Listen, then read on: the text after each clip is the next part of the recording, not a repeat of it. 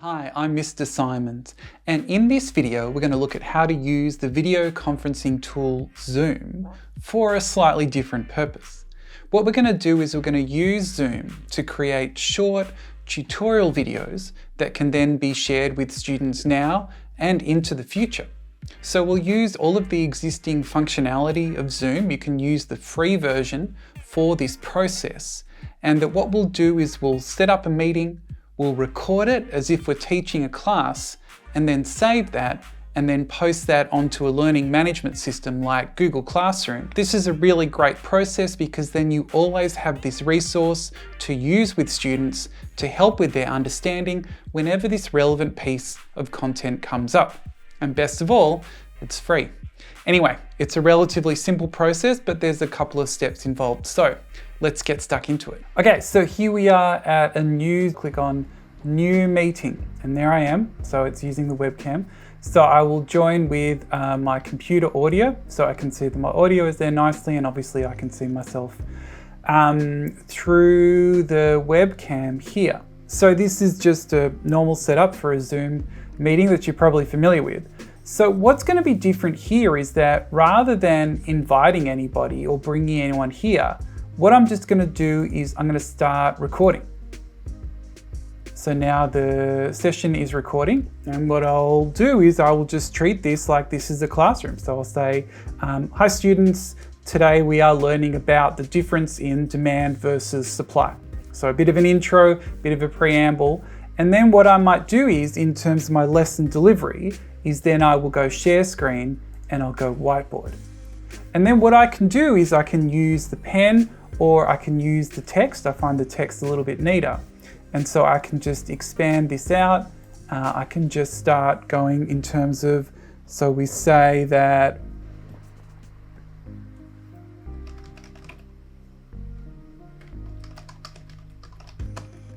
so then I just might stretch that out. And so I've got these two things here. And so then I can just add to this as I see fit. I could draw, I could say, okay, I'm circling this here, maybe an asterisk here. If I'm unhappy with it, Control Z will take it away. And then I can also change the color here and also the line width. So for example, I might say orange is really good, and I might make this really thick here, and I'll just put this under supply there, so that pointing that out, supply involves firms. So once I've explained something in terms of using the whiteboard here, what I can do is wrap up the class and say, okay, so that was our short lesson for today. That's the kind of things that I'm focusing on. What I will do is I will click save, right?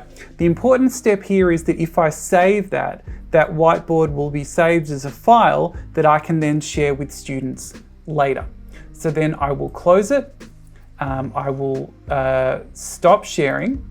And I'll come back here and I might say, okay, so the importance of knowing demand versus supply is blah, blah, blah, blah, blah. I will do my regular conclusion here and thank them for watching, or equivalent exit greeting, sort of exit farewell. And then what I will do is I will just stop recording.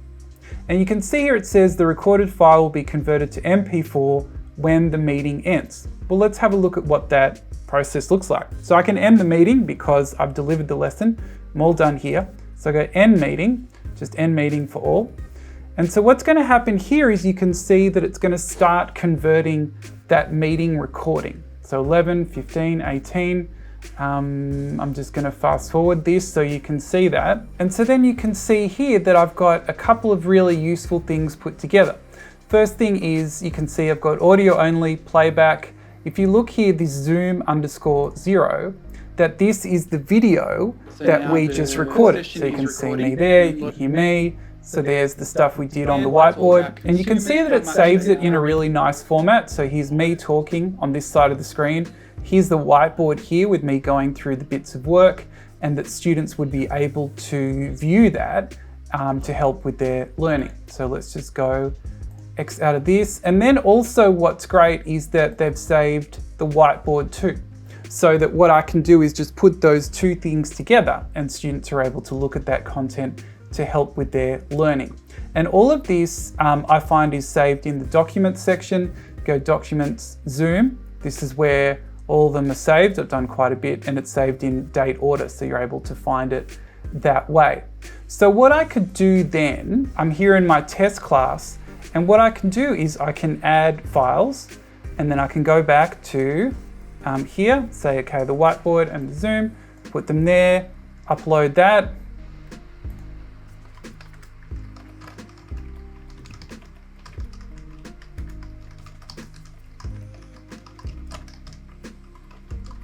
And I can just set that up as a bit of content that they should look at before the class tomorrow. And demand and supply is always consistent. This would be what I'd recommend when you create this. Make it something that is always going to be the same. Then I would post that. Students would then be able to watch the video and to look at the whiteboard before the class, come in with some kind of sense of what we're going to be looking at. Okay, so that was the process of using Zoom to create tutorial videos. It's a relatively simple process, and the real advantage is you don't need any kind of expensive or additional screencasting or video editing software. You can do it all through Zoom. And a real strength of this approach is that you can use this piece of content over and over again. If you create a good quality, relevant bit, then you can use that whenever it comes up for students to help with their learning and understanding. Okay, hopefully you found this useful. If you've got any questions, comments, or concerns, put them in the comments. And as always, thank you very much for watching.